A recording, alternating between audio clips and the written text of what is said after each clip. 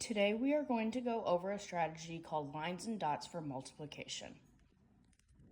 The first step is to put a line under your first number and a dot under your second number. Our next step is to draw however many lines is on our first number. So for this case, we're going to draw 8 lines. 1, 2, 3, 4, 5, 6, 7, 8. Our next step is we're going to draw however many dots is on top of this number. So this number has the number 5, so we're going to draw 5 dots. Our next step is we're going to skip count. So I'm going to count these dots. 1, 2, 3, 4, 5. I'm going to put that number right here. Now I'm going to keep doing it until I do it 8 times. So 5, 6, 7, 8, 9, 10,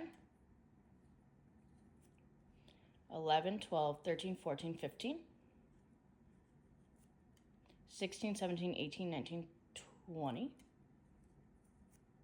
21, 22, 23, 24, 25,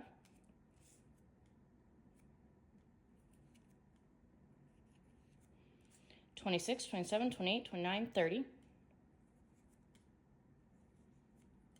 31, 32, 33, 34, 35,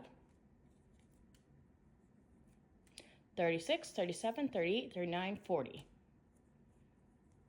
So this is a strategy I like to use when teaching multiplication. It's a really simple way to get your answer. So now I know that 8 times 5 is 40.